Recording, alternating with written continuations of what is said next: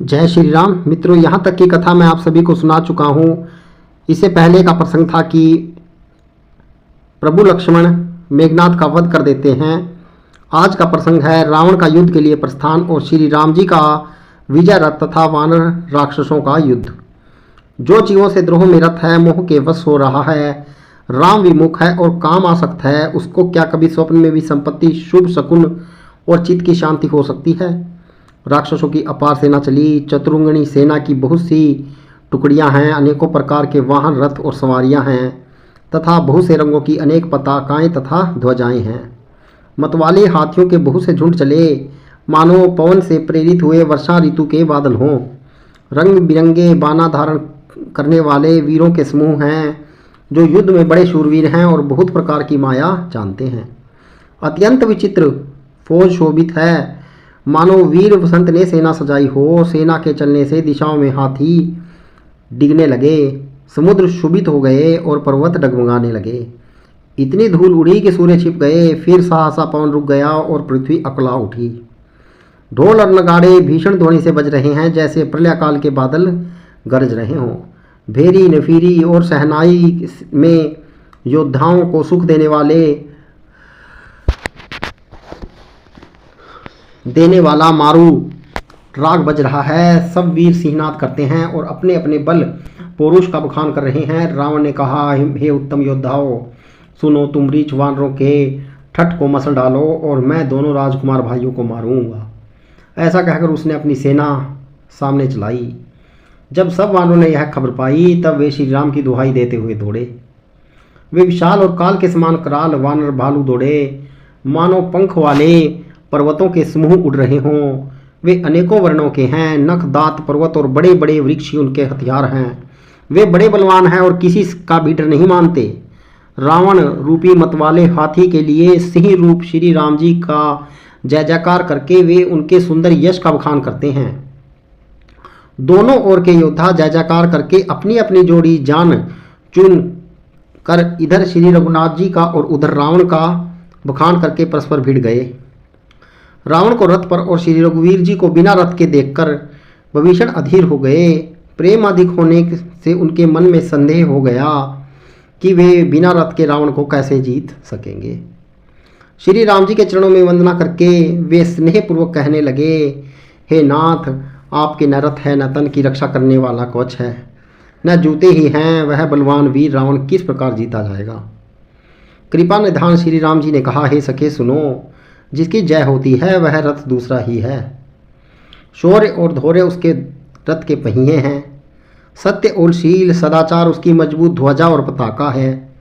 बल, विवेक, दम और परोपकार ये चार उसके घोड़े हैं, जो क्षमा, दया और समता रूपी डोरी से रथ में जोड़े हुए हैं। ईश्वर का भजन उस रथ को चलाने वाला चतुर सारथी है। वैराग्य ढाल है और संतोष तलवार है। दान फरसा है, बुद्धि प्रचंड शक्ति है। श्रेष्ठ विज्ञान कठिन धनुष है। निर्मल और अचल मन तरकस के समान है। शम मन को वश में होना, अहिंसा आदि यम और सोच आदि नियम ये बहुत से बाण है। ब्राह्मण और गुरु का पूजन अभेद्य कवच है। इसके समान विजय का दूसरा उपाय नहीं है। हे सखे, ऐसा धर्म में रथ जिसके हो, उसके लिए जीतने को कहीं शत्रु ही नहीं है। हे धीर बुद्धि वाले सखा, सुनो, जिसके पास ऐसा दृढ़ रथ हो, वह वीर संसार रूपी महान दुर्जय शत्रु को भी जीत सकता है। रावण की तो बात ही क्या है। प्रभु के वचन सुनकर विभीषण जी ने हर्षित होकर उनके चरण कमल पकड़ लिए और कहा, हे कृपा और सुख के समूह श्री राम जी, आपने इसी बहाने मुझे महान उपदेश दिया। उधर से रावण ललकार रहा है और इधर से अंगद और हनुमान, राक्षस और वीर वानर अपने अपने स्वामी की दुहाई देकर लड़ रहे हैं। ब्राह्मण आदि देवता और अनेकों सिद्ध तथा मुनि विमानों पर चढ़े हुए आकाश से युद्ध देख रहे हैं। शिव जी कहते हैं, हे उमा, मैं उसी समय समाज में था और श्री राम जी के रण राग की लीला देख रहा था। दोनों ओर से योद्धा रण रस में मतवाले हो रहे थे हैं। वानरों को जो श्री राम जी का बल है, इससे वे जयशील जीत रहे हैं। एक दूसरे से भिड़ते और ललकारते हैं और एक दूसरे को मसल मसल कर पृथ्वी पर डाल देते हैं।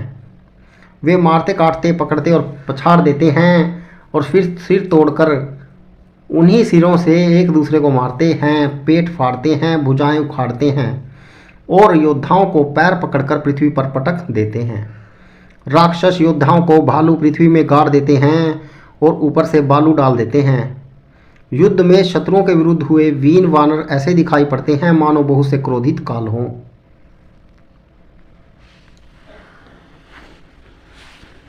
क्रोधित हुए काल के समान वे वानर खून बहाते हुए शरीरों से सुशोभित हो रहे हैं। वे बलवान वीर राक्षसों की सेना के योद्धाओं को मसलते और मेघ की तरह गरजते हैं। डांटकर चपेटों से मारते, दांतों से काटकर, लातों से पीस डालते हैं। वानर भालू चिंगाड़ते और ऐसा छल बल करते हैं जिससे दुष्ट राक्षस नष्ट हो जाएं। वे राक्षस के गाल पकड़कर फाड़ डालते हैं, छाती चीर डालते हैं और उनकी आंतड़ियां निकालकर गले में डाल देते हैं। वे वानर ऐसे दिख पड़ते हैं कि मानो प्रहलाद के स्वामी श्री नरसिंह भगवान अनेकों शरीर धारण करके युद्ध के मैदान में क्रीड़ा कर रहे हों। पकड़ो, मारो, काटो, पछाड़ो आदि घोर शब्द आकाश और पृथ्वी में भर में छा गए। श्री रामचंद्र जी की जय हो, जो सचमुच तृण से व्रज और व्रज को तृण कर देते हैं, निर्बल को सबल और सबल को निर्बल कर देते हैं। अपनी सेना को विचलित हुए था देखकर तब भीष भुजाओं में 10 धनुष लेकर रावण रथ पर चढ़कर गर्व करके लोटो लोटो कहता हुआ चला। रावण अत्यंत क्रोधित होकर दौड़ा। वानर हुक्कार करते हुए लड़ने के लिए उसके सामने चले। उन्होंने हाथों में वृक्ष, पत्थर और पहाड़ लेकर रावण पर एक ही साथ डाले। पर्वत उसके व्रज तुल्य शरीर में लगते ही टुकड़े टुकड़े होकर फूट जाते हैं। अत्यंत क्रोधी रणोमुक्त रावण रथ रोककर अचल खड़ा रहा, अपने स्थान से जरा भी नहीं हिला। उसे बहुत ही क्रोध हुआ। वह इधर उधर झपटकर और डपटकर वानर योद्धाओं को मसलने लगा। अनेकों वानर भालू हे अंगद, हे हनुमान, रक्षा करो पुकारते हुए भाग चले। हे रघुवीर, हे गोसाई, रक्षा कीजिए, यह दुष्ट काल की भांति हमें खा रहा है। उसने देखा कि सब वानर भाग छूटे, तब रावण ने 10 धनुषों पर बाण संधान किए। उसने धनुष पर संधान करके बाणों के समूह छोड़े। वे बाण सर्प की तरह उड़कर जा लगते हैं। पृथ्वी, आकाश और दिशा विदिशा सर्वत्र बाण भर रहे हैं। वानर भागे तो कहाँ, अत्यंत कोलाहल मच गया। वानर भालुओं की सेना व्याकुल होकर आर्त पुकार करने लगी। हे रघुवीर, हे करुणा सागर, हे पीड़ितों के बंधु, हे सेवकों की रक्षा करने वाले, करके उनके दुख हरने वाले हरि। मित्रों, यह हमने रामायण का प्रसंग मैंने आपको सुनाया है। यदि अच्छा लगे तो शेयर जरूर कीजिएगा। जय श्री राम।